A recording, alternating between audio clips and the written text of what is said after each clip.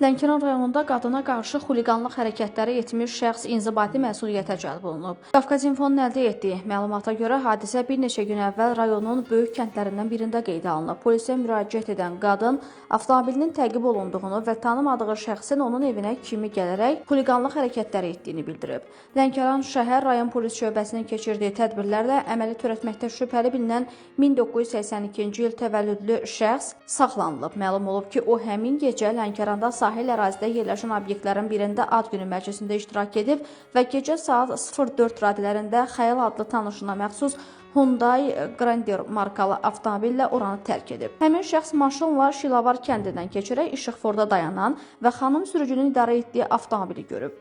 Psixotrop maddənin təsiri altında olan şəxs qadının avtomobilini təqib etməyə, işıq siqnalı verərək onu dayandırmağa çalışıb. Qorxu keçirən sürücü maşını yaşadığı evədək sürüb və pəncərələrini bağlayaraq nəqliyyat vasitəsindən enməyib.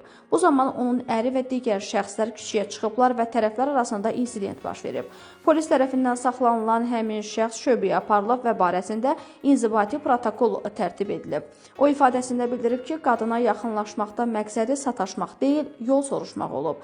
Lənkəran rayon məhkəməsinin qərarı ilə saxlanılan şəxs 1 aylıq həbs edilib.